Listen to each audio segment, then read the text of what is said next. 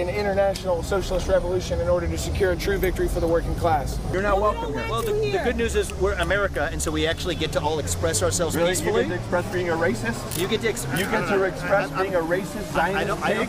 This is modern day Jim Crow. Who said that young people should have to take a test?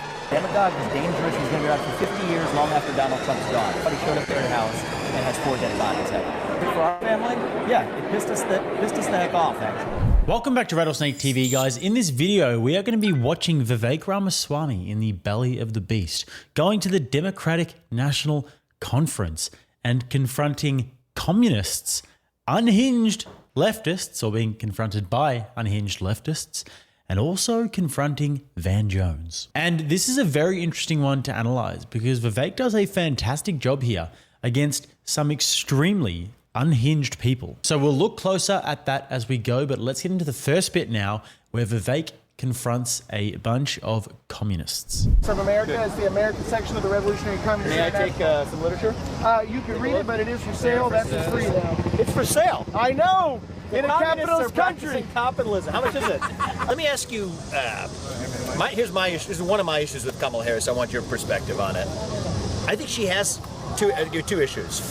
She has not stated her actual policies, and the reason I respect somebody like Bernie Sanders more than I respect Kamala, and I've said this numerous occasions, I'm not saying it just right now, is if you have convictions, at least stand by them. If you believe in single-payer health care, if you believe in an effective national health care system for all, then stand by it.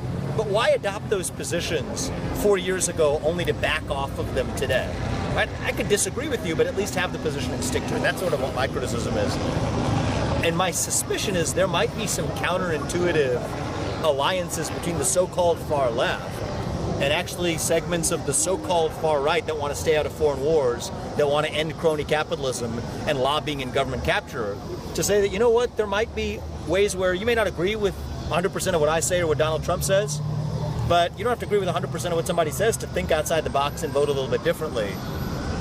What do you think? I actually, you said I wanted, I am here to listen a little bit, so I'd love to hear your guys' perspectives on why you're here and why you have your own disappointments with the current direction of the... This is going to be able to represent us. They can't be pressured into representing us because we don't pay their bills, we don't pay Kamala's, Trump's, we don't pay yours, because they all have financial backers. That's why we need a workers' party to take down the 2 ruling class parties, one that doesn't have funding from these big businesses and is instead funded by its membership. Yeah, I mean, you realize the convention here, I mean, I don't need to preach to you then, but I mean, who buys the sweets, right? Talking about populist talk from the floor of the convention, stand up for the workers and break up the very companies that are sponsoring the whole event, right? So there's a bit of a paradox there. But, all I would say is... A paradox in what exactly? Of controlled rhetoric, right? You have a lot of corporate interests controlling the way in which they actually assail those very corporate interests, which is kind of interesting. It is. I think we might be saying something similar. It's all a bit of a charade. Yeah, I would say one thing that is definitely we're not similar on is you were talking about unification of like the far right and the far left. There is no... Well, I don't know about unification, but there may be some common threads. Well, we would say this, there is no perfect American communism, American socialism like this, these other little parties popping up. It has to be international. We aren't here for the success of American working class, because the only way we can be there for the success of the American working class is the international working class in Canada and in Mexico. If you had some, and now we don't believe in this, but let's say there was some perfect, socialist America, it would immediately get pushed out by China, by Russia, by Europe. So we need an international socialist revolution in order to secure a true victory for the working class. Woo! Vivek, what are your thoughts on reparations for Black Americans? So here's my perspective. I was asked about this when I came to the south side of Chicago a year ago, and my position on this has not changed, is I'm against race-based reparations because I think it will create more division, what about race-based discrimination that occurred in this country for the last years? Let me just clarify one aspect. I think there was a time and place for it in the Reconstruction era. But today, when we actually bring back racial reparations, it actually causes greater discrimination, not more. I think we're seeing a rise in anti-Black and I think other forms of racism in the country. But part of the reason I think we're seeing it is there's no better way to foster racial animus than to take something away from someone based on their skin color. So don't give Black people justice because it'll make other people upset. Well, because it's going to create more division and be self-defeating. I think it's actually going to set Black Americans back because it will cause. I mean, but Black Americans continue to live in that sector. I want to move out of one example. I want to move out of the middle of this Yeah, just because I feel like. So let me say this: you're not going to be able to solve. You are not going to be able to solve this problem under capitalism. You're always going to be coming up with these little band-aid issues. That is why the only way to truly get reparations for the indigenous people, for the Black Americans in this country, is a socialist revolution. Is by seizing the means of production and letting that community give themselves reparations. We don't need to be asking for, oh, please, God. So more on the reparations part in a minute. And obviously, I think it's hilarious that the ginger man wants to create an international socialist revolution and seize the means of production and whatnot. But at least he's willing to have a conversation with Vivek and not just belittle him and demean him for cheap points in front of his friends. Gotta respect that. I mean, it would have been very easy for him to do that because he's surrounded by other leftists who agree with him and Vivek is completely outnumbered. So glad he didn't go down that route. But to Vivek's point there, the point that this gentleman so vehemently disagrees with about there being common ground between left and right. This is an interesting one, and it's one that actually has a lot of weight because once upon a time, the leftist rhetoric used to be very anti-corporation, anti-big government, anti-monopoly, etc. And now they seem to be all about big pharma, and they seem to be all about big tech censorship and all about supporting these big, massive, monopolistic institutions that once upon a time they would have protested. However, I do think there are out there a lot of honest liberals, classic liberals, for example, that would find a lot of common ground with the right on these issues. Right-wing figures like Vivek Ramaswamy, Tucker Carlson, even Dave Smith, he wouldn't consider himself on the right, and me for that matter. I mean, we would all like to see the deep state or the bureaucracies or the shadowy figures that pull the strings not be able to have unadulterated power over the markets and over governments and other important institutions. Anyways, on to the next part now, which is briefly about reparations before a mentally unhinged individual comes and verbally farts in Vivek Ramaswamy's face. And I want you to watch Vivek Ramaswamy's body language during this exchange. See what you pick up on, and I'll check in after. So what I would say is I actually have built businesses. In many of the businesses I've built, we've had black women who have been in leadership positions, right? One of the things that irritated the heck out of me was that many times you would have people who were not as good at their jobs that would gripe about that person getting the job because of her race or her gender. And I think that's insulting to a lot of people who otherwise would have had their position based on merit anyway.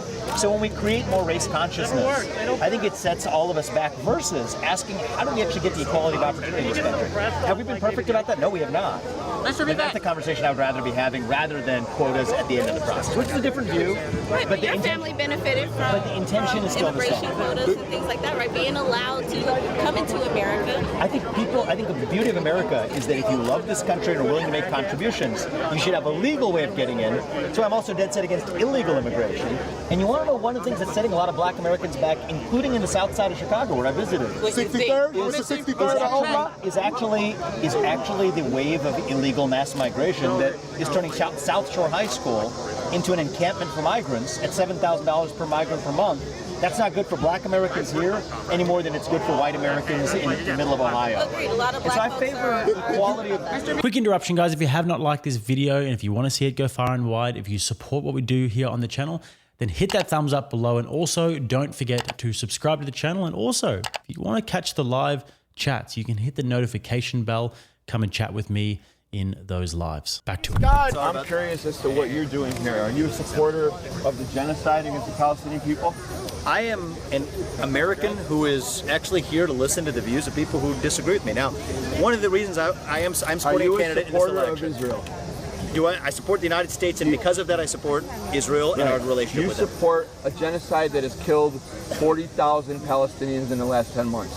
So look, I think that the truth is there was an attack that precipitated it. No, the and we can't ignore that. Dude, I don't play those kinds of games. I'm an organizer. I'm not one of your... I'm also pragmatist. I'm not one of these people. You're not a party hack. I'm not an acolyte of yours. You're not a partisan hack for the Democrats or otherwise. And I'm not a hack for you or for the Democrats or for the Republicans or nobody else. I got you. I'm asking you that you have no right to be here if you're not in support of the Palestinian people. Well, I think and if you're not going to call for an end to a genocide... You have the right to if be you're here. not going to call So do for we in an end return. to the genocide and an end to the killing and an end to support of Israel, then you should take off. We don't want you here. You're not welcome here. Well, the good news is we're America, and so we actually get to all express ourselves Really? peacefully. You get to express being a racist? You get to express being a racist Zionist pig?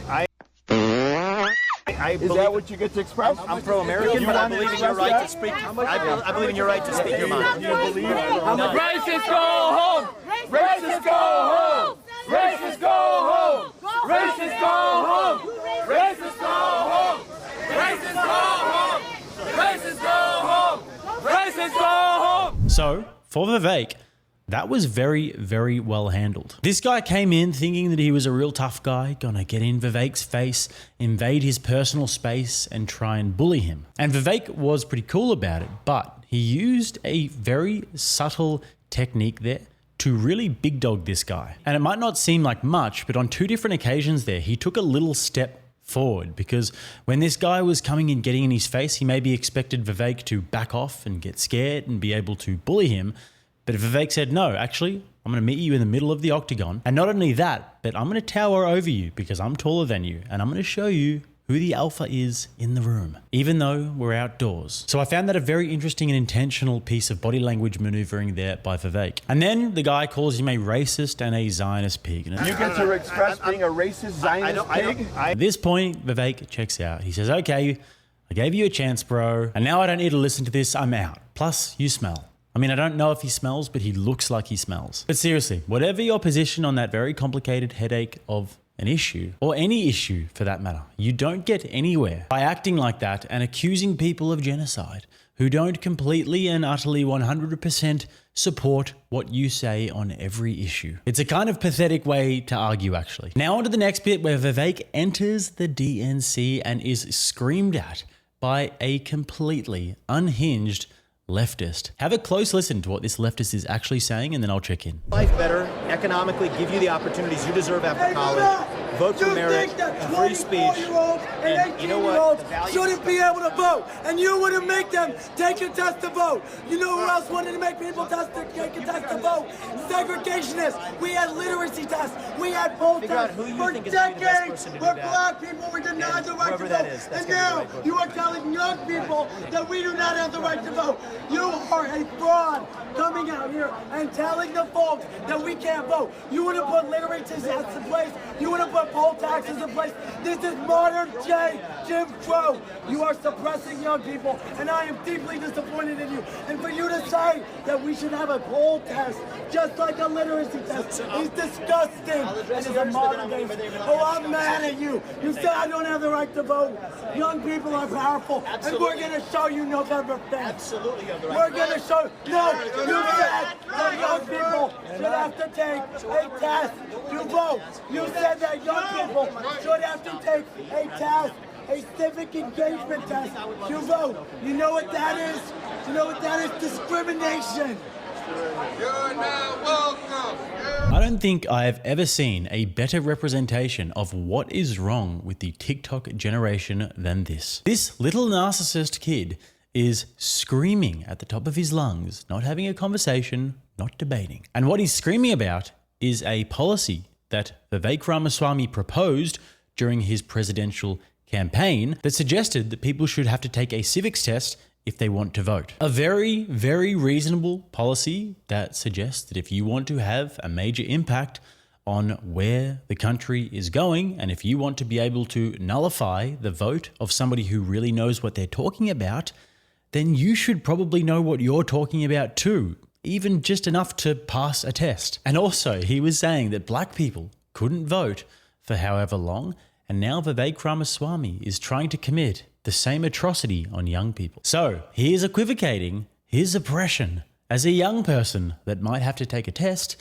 to the oppression of a black person who couldn't vote. I wonder how that logic would go down at one of those BLM rallies that I'm sure he is an ally of. But seriously, if they ever needed a perfect, studyable example as to why young people should have to pass a civics test before they vote, then this is the example. This is modern day Jim Crow.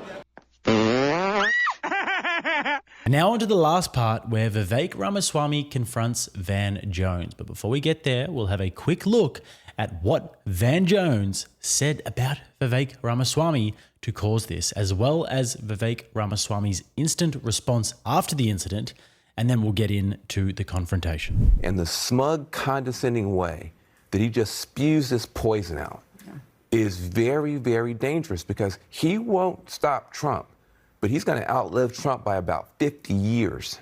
And you're watching the rise of an American demagogue that is a very, very despicable person. Yeah. And I literally was shaking listening to him talk, because a lot of people don't know that is one step away from Nazi propaganda coming out of his mouth. We demand a government that tells us the truth again in this country.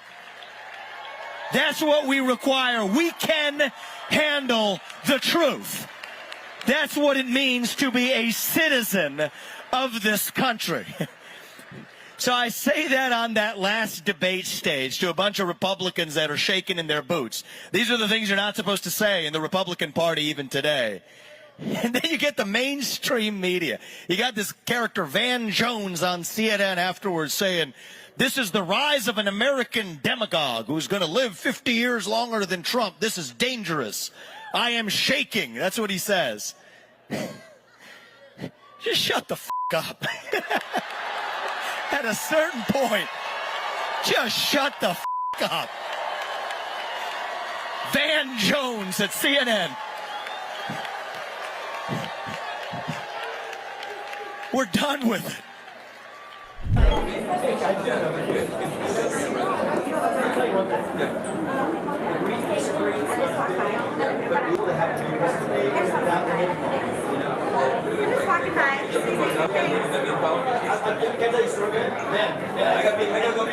So we got death threats. We got death threats after the thing you said. So that's Van Jones for you. You were on air and you said that he's like, he's a demagogue, he's dangerous, he's going to be around for 50 years, long after Donald Trump's gone. So the first time in the campaign, we get a death threat of a man who wants to show up in New Hampshire. Thankfully, the police intervened, got it. The next day, back-to-back days, so my wife's scared enough. The next day, we wake up, it's 3 a.m., we get a call from him. He's my security guard, saying, thank God you picked up, because we just got a call that somebody showed up at their house and has 4 dead bodies headed. So that's within 48 hours, and I'm not going to attribute that to your comment because whatever it is. But for our family, you know what? Publicly I didn't do it, but for our family, yeah, it pissed us the heck off, actually. And so the reality is, I don't try to engage in rhetoric that gets other people in danger of bodily harm, but I do think that if somebody's going to, even if you didn't intend to provoke that kind of ire on my family, yeah, in that week it landed with me. Now, at the same time, am I going to... Test. Do I want to set a good example for people in this country of what discourse looks like? I do. And in the heat of a presidential campaign, and I've been open about it since I left the campaign as well, my competitive spirits, sometimes stop us from being able to have the level of discourse we want. And I think you were wrongfully pushed out of the White House for your comments around 9/11. Way back when as well. They were misconstrued, exactly. So what I will tell you is this. Call yourself. Yep. So I just wanted you to know that backdrop. That's my personal song. Don't give it to anybody else. I will call you in a couple of days and I'll apologize to your wife. Okay, well, we don't need to do any of this on air. But I will call your wife and apologize. And you know what we can do is we can turn the page and maybe have a chapter to demonstrate what actual good discourse looks like in this country. And that's not just on you, that's on me as well. Okay, that's on two of us. I'm really sorry. Hey, it's classy of you to say so, and I hope we can build a friendship. I really mean that. Please do. Okay? Thank you. Take care. Okay, so there are two ways to interpret this one. On one hand, you could say that Van Jones is too cowardly to say it to Vivek Ramaswamy's face, and that he says one thing behind his back, but then when confronted, he can't back it up. But then on the other hand, the more charitable interpretation of this is to give Van Jones the benefit of the doubt and to say that he was fair in the situation. He realized that he was in the wrong. He probably shouldn't have said that sort of thing because it really had no grounding in reality whatsoever. And that he's sincere in his apology and actually will call Vivek Ramaswamy's wife. I would hope that is the case, and I am feeling generous today, but who knows? Maybe in a few months' time, Van Jones will say something similar on the news again. Anyways, guys, don't forget to like and subscribe. You can find the Reality Base store below, as well as all of my links. And if you'd like to watch another one, click right here. Till next time, I'm Jake. This is RattlesnakeTV, keeping you armed and dangerous.